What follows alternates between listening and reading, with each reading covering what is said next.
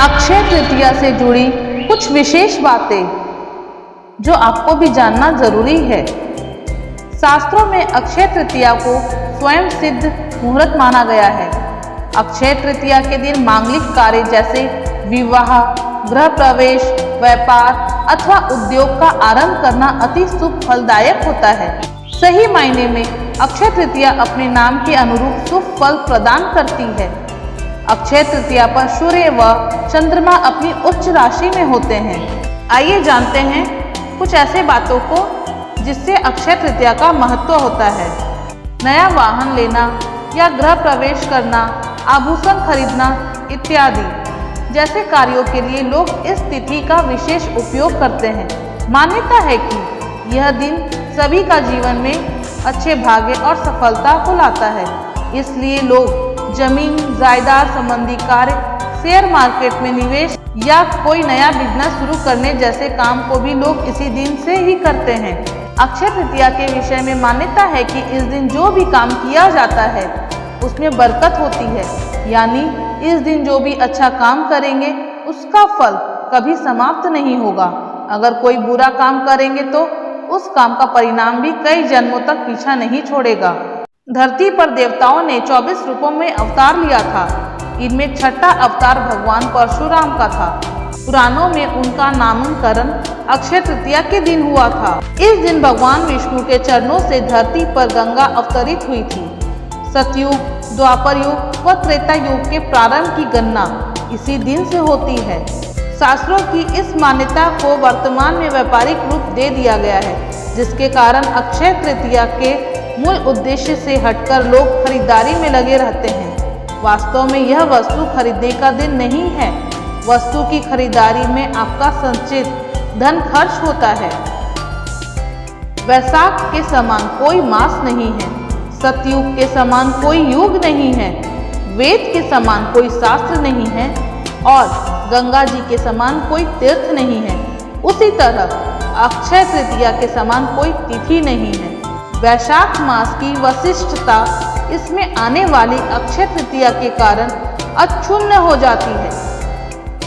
वैशाख मास के शुक्ल पक्ष तृतीया को मनाए जाने वाले इस पर्व का उल्लेख विष्णु धर्म सूत्र, मत्स्य पुराण, नारदीय पुराण तथा भविष्य पुराण आदि में मिलता है। यह समय अपनी योग्यता को निखारने और अपनी क्षमता को बढ़ाने के लिए उत्तम है। यह मुहूर्त अपने कर्मों को सही दिशा में प्रोत्साहित करने के लिए श्रेष्ठ माना जाता है।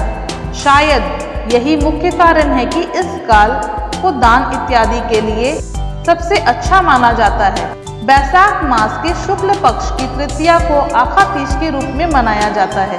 भारतीय जनमानस में यह अक्षय तीज के नाम से प्रसिद्ध है। पुराणों के अनुसार इस दिन सूर्योदय से पहले उठकर स्नान, दान, जप, स्वाध्याय आदि करना शुभ फलदायी माना जाता है। इस तिथि में किए गए शुभ कर्म का फल क्षय नहीं होता है। इसको सतयुग में आरंभ की तिथि भी माना जाता है, इसलिए इसे कृतयुगादि तिथि भी कहते हैं। यदि इसी दिन रविवार हो तो वह सर्वाधिक शुभ और पुण्यदायी होने के साथ साथ अक्षय प्रभाव रखने वाली भी हो जाती है। मत्स्य पुराण के अनुसार अक्षय तृतीया के दिन अक्षत, पुष्प, दीप आदि द्वारा भगवान विष्णु की आराधना करने से विष्णु भगवान की विशेष कृपा होती है तथा संतान भी अक्षय बनी रहती है।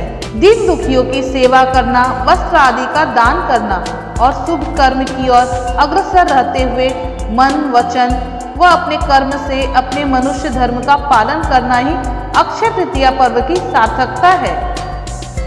कलयुग के नकारात्मक प्रभाव से बचने के लिए इस दिन भगवान विष्णु की उपासना करके दान अवश्य करना चाहिए। ऐसा करने से निश्चय ही अगले जन्म में समृद्धि, ऐश्वर्य व सुख की प्राप्ति होती है। भविष्य पुराण के एक प्रसंग के अनुसार शाकल नगर रहने वाले एक वणिक नामक धर्मात्मा अक्षय तृतीया के दिन पूर्ण श्रद्धा भाव से स्नान, ध्यान व दान कर्म किया करता था, जबकि उसकी पत्नी उसको मना करती थी। मृत्यु के बाद किए गए दान पुण्य के प्रभाव से वणिक द्वारका नगरी के सर्व सुख संपन्न राजा के रूप में अवतरित हुआ। इस दिन पवित्र नदियों में स्नान कर सामर्थ्य अनुसार जल, अनाज, गन्ना, दही, सत्तू, फल, सुराही, हाथ से बने पंखे, वस्त्र आदि का दान करना विशेष फल प्रदान करने वाला माना गया है। दान को वैज्ञानिक तर्कों में ऊर्जा के रूपांतरण से जोड़कर देखा जा सकता है। दुर्भाग्य को सौभाग्य में परिवर्तित करने के लिए यह दिवस सर्वश्रेष्ठ है। यदि अक्षय तृतीया रोहिणी नक्षत्र को आए तो इस दिन की महत्ता 1000 गुना बढ़ जाती है। ऐसी मान्यता है कि किसानों में यह लोक विश्वास है कि यदि इस तिथि को चंद्रमा के अस्त होते समय रोहिणी आगे होगी तो फसल के लिए अच्छा होगा और यदि पीछे होगी तो उपज अच्छी नहीं होगी।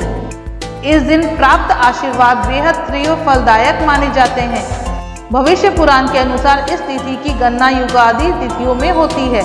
सतयुग, त्रेता युग और कलयुग का आरंभ इसी तिथि को हुआ और इसी तिथि को द्वापर युग समाप्त हुआ था। रेणुका के पुत्र परशुराम और ब्रह्म के पुत्र अक्षय कुमार का प्राकट्य इसी दिन हुआ था। इस दिन श्वेत पुष्पों से पूजन कल्याणकारी माना जाता है। धन और भौतिक वस्तुओं की प्राप्ति तथा भौतिक उन्नति के लिए इस दिन का विशेष महत्व है।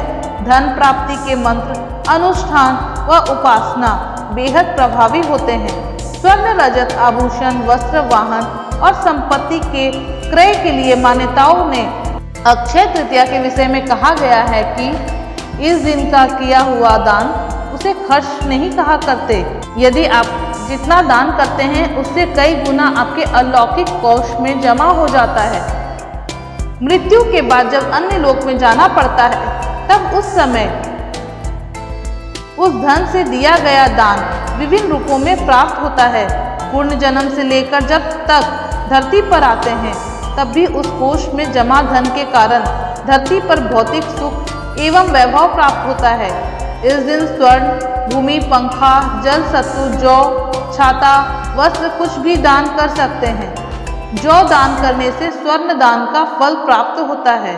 इस तिथि को चारों धामों में से उल्लेखनीय एक धाम भगवान श्री बद्रीनाथ नारायण के पेट खुलते हैं। अक्षय तृतीया को ही वृंदावन में श्री बिहारी जी के चरणों के दर्शन वर्ष में एक बार ही होता है। धन्यवाद। और अभी तक आपने हमारे चैनल को सब्सक्राइब नहीं किया है तो चैनल को सब्सक्राइब कर लीजिए। वीडियो अच्छी लगे तो उसे लाइक और शेयर भी कर दीजिए। धन्यवाद।